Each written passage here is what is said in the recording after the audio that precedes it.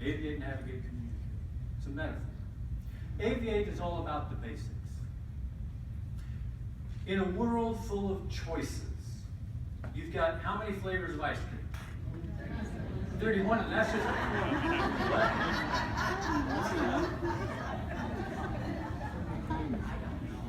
What? 31? Oh, it's just one chocolate? Next to the chocolate are 30 other flavors, and that's just at one store. Lots of choices. And, you know, so you got to try at least 3. Well, that's probably against the rules for you, isn't it? No? But you get moderation, so you just go 3. You could have gone 5, but you only go 3. I'm catching on to this moderation. You turn on the TV to find something to watch.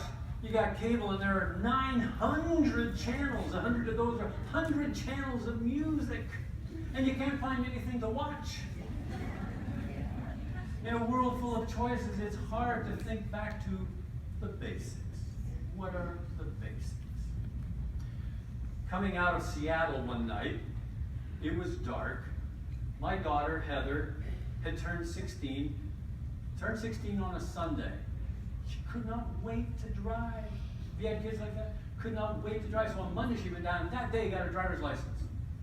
Now I wanted to be a good dad, a good instructor, so I wanted her to get lots of experience, all the driving experience she could, so she's driving. And I got that idea from Chuck Yeager. You know Chuck Yeager? Yeah. That's so cool. I sometimes talk to teenagers. I get to this part, say, and Chuck Yeager.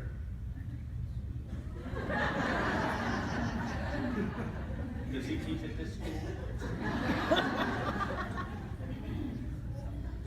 Chuck Yeager. I mean, kids. So I introduce myself, give my opening spiel, and my name is Mr. Bauer, like Eddie Bauer. You all know Eddie Bauer, right? Kids? One day, a girl, oh, I've got an Eddie Bauer backpack. Like that. What kind of? Another class, another guy said, oh, like the Eddie Bauer Ford Explorer. Okay, like that. But Eddie Bauer was a real guy. He lived in Seattle. He started a business. He started making down clothing for backpackers and mountain climbers and backcountry people, and he grew this whole business. But he died. And he didn't leave me anything, so I don't blame him. Kids don't know who, but you know who Chuck Yeager is. After World War II, and he finished flying the P-51 Mustangs over Europe, and he was shot down over France. He was the first one to escape, actually, back to England out of the war. When he came back to the States, he became a test pilot. And as a test pilot, he made an important decision. Other test pilots, there's a reason they call them test pilots, because you are testing new things. New things always work the way they're supposed to. And they were getting killed in these test airplanes.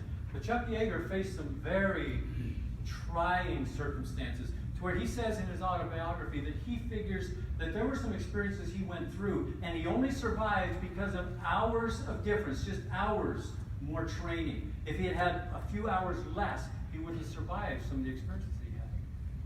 He flew every day in every airplane he could. He flew and he flew and he flew to get that experience so he'd be good at what he did. So I looked at my daughter and I want her to get experience like that. So if anything happens, she'll be a good driver, right?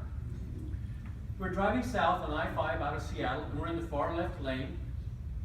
And of all things in Seattle, it's raining. Hard. And my daughter, just 16, driving down the far left lane, and it's raining, and there's water coming up, and road spray, and raining hard. Got the windshield wipers going full blast. Do you drive with your windshield? I can do this. Windshield wipers on full when it's raining. That drives me crazy. I mean, that's worse than just the rain hitting.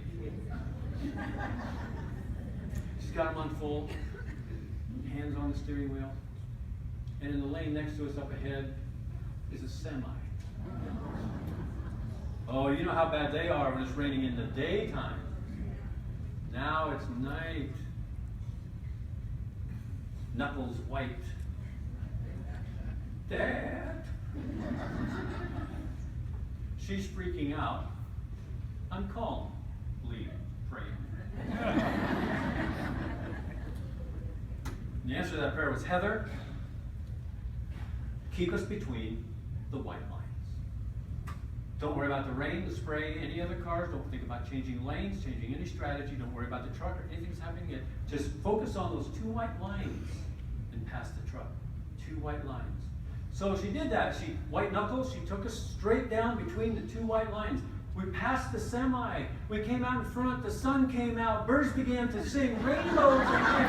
Unicorns were flying around.